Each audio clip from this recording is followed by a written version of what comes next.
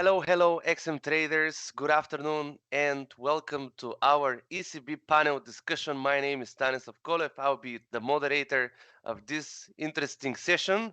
I have with me Mr. Andrei Zenyuk and Silvia Beorok. They will be discussing and sharing their wisdom about the upcoming ECB meeting just 15 minutes from now. And I will be glad to be asking them questions about the upcoming market and market opportunities. First, let's start with the lady, Sylvia. Good afternoon. Good to see you. How are you doing today? Hi, good afternoon, everyone. Nice to see you, Stanley. Nice to see you, Andrew, and everyone else. Definitely happy to be here to make this discussion, see what Mrs. Lagarde is going to come up with this time. And yeah, to see what trades maybe we can find and trade ideas. So thank you. Thank you very much, Andrew. Very good to see you too. Good morning, Stan, Sylvia. Good morning, revered viewers. How are you doing, guys?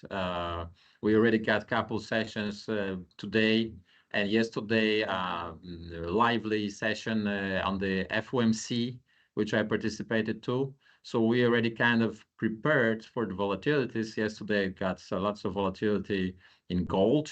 Euro was not that volatile. So let's see today what's gonna be moving. Definitely something is going to be moving. The question is what's going to be moving. Absolutely. Yeah. Absolutely. You have actually the chance to trade it after the announcement, after the first 15 minutes.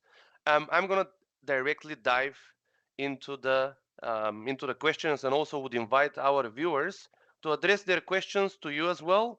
And I'll be more than happy to be more moderating in this panel discussion. So first, um, we have an expectation as per the economic calendar of 25 basis point increase of the rates. Is that something that could be relevant for ECB? Is it too much or maybe too less for the current inflationary environment that we're anticipating in the Eurozone? Your take on that? I'm going to start again with Sylvia. Is it complying with your expectation, 25? I think they're going to bring up 0.25 again. Yes. I don't think they're going to be too aggressive. I mean, they were just once with 0.50 points. So I don't really think this is going to be much more this time. And, inflation is extremely high in the European Union, but there is a bigger problem than in the US because you have different countries. All countries have different monetary policies. They have different fiscal policies, and with that, of course, it's very hard to put just one interest rate and hope that all countries are going to do great. Unfortunately, it does not work like this, and we have seen also in the past many times that smaller countries, southern countries are suffering through that, that they have higher debts that they cannot pay, then other countries like Germany have to rescue them and all of this. So I think because of that, ECB is a little more careful compared to Fed, and I think that's all right. And personally, I don't really think that they're going to slow down inflation with these interest rates, but they have to at least do something or act like they're doing something, right? All right, before I address the same question to Andrew, I want to greet our viewers, Delacqua, Dudu, Andy. Special greetings to Andrew. You have to, reasons to be proud. Maybe Andrew, um, share something from the oven, Yes, from the kitchen. case is very simple here. 25 basis points because zero would be not in place. Looking at the last meetings, Lagarde is committed to fight inflation, and inflation picked up recently. Instead of 6.9 and lower, we got 7%. So there is uptick in inflation. So if I was in her place, there would be already 50 basis points.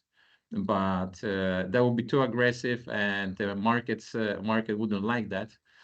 So probably there wouldn't be the case. But and you know that from previous discussions we had that ECB is lagging. It was lagging, and they started to raise rates somewhere behind the United States. So they were waiting, and somehow I would say they repeat what the Fed is doing. They somehow go go in the same direction, but they just lag, like the name Lagarde suggests. Yeah. Lag art. We got it. Yeah. Okay, but exactly what you're saying, Andrew, that they're pretty much lagging behind the Federal Reserve. Doesn't Yes. this open room for a bigger rate hike today? Yes, And and but and, and inflation continue going up. exactly that opens the room, but ECB I think doesn't have guts to go 50 basis points. That's the thing. They want to go suave, right? Markets, that Yeah. will be too much for the markets to digest, and they were lagging, and they are still kind of behind the inflation.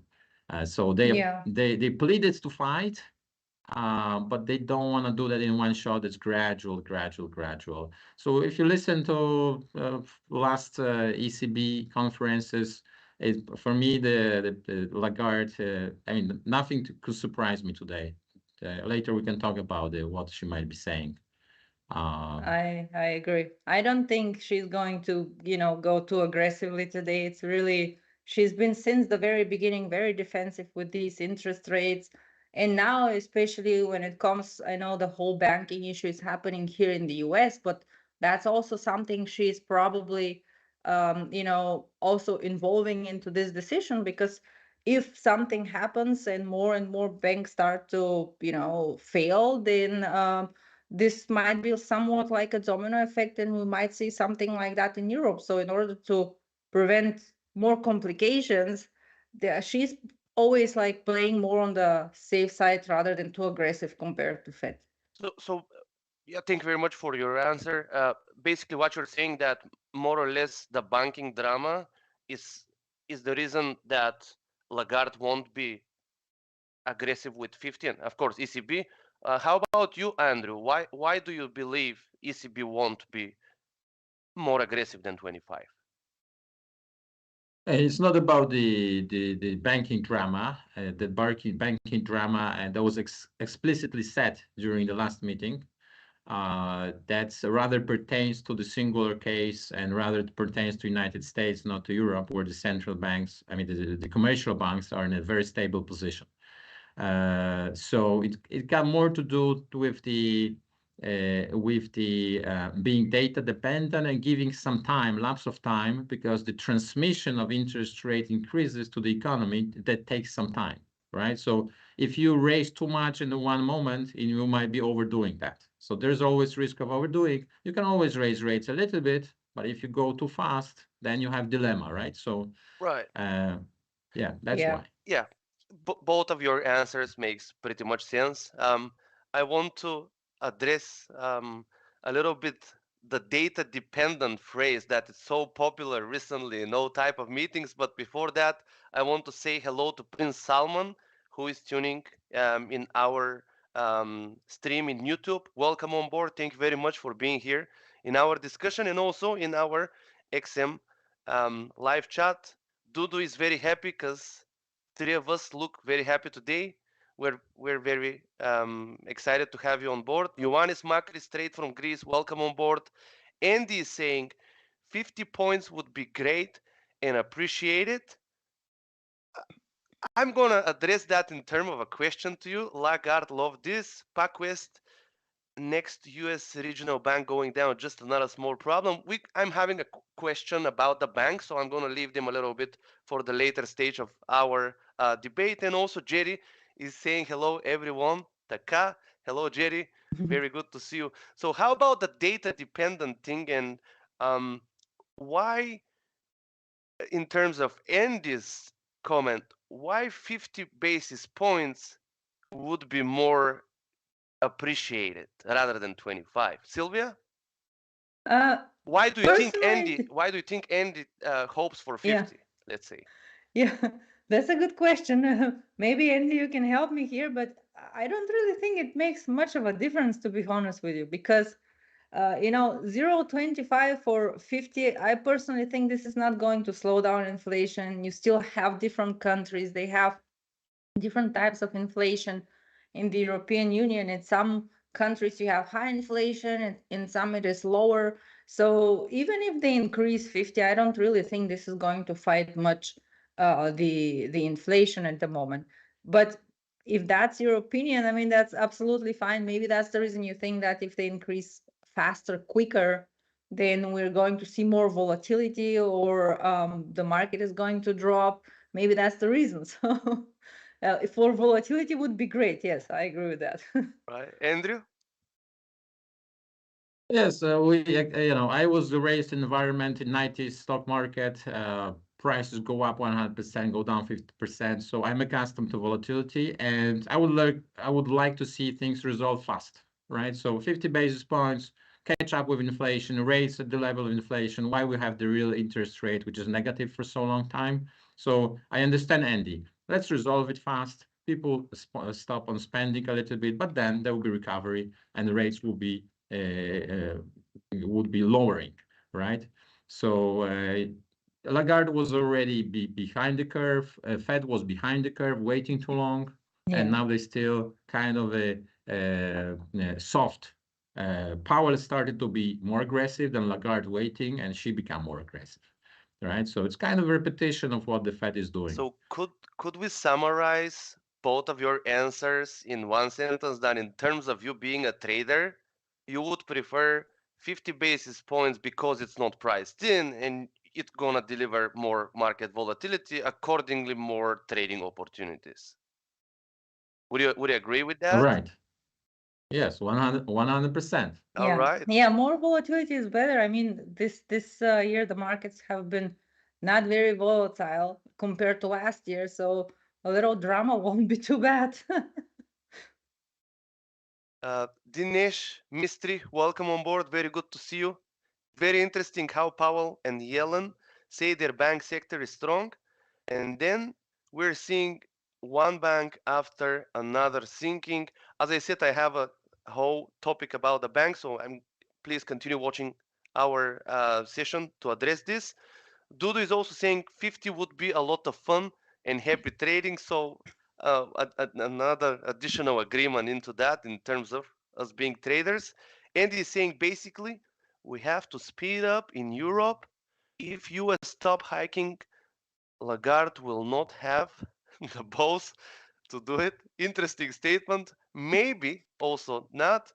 And I mean, Andy saying no more hikes from US, no more from the EU.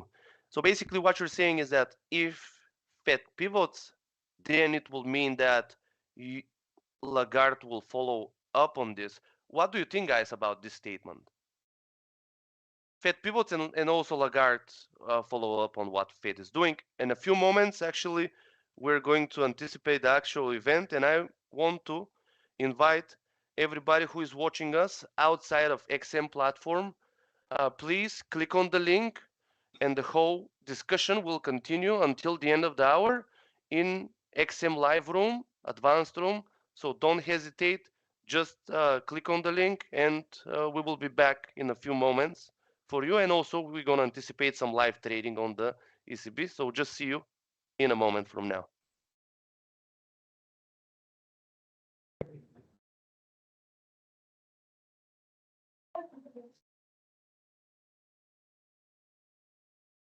Oh, okay. So it is, excuse me, it is not the time yet. 25 basis points, it is a fact. Excuse this misunderstanding. 25 basis points, it is a fact, exactly as per the expectations. Duru is saying it's 25. Dinesh is saying thanks, Stanley. Definitely, we'll watch it. Thank you very much for this. And maybe you say a comment about the data dependent that we have missed for a few moments now. Why do central bankers use the data dependent thing as an excuse, or what's the case with that?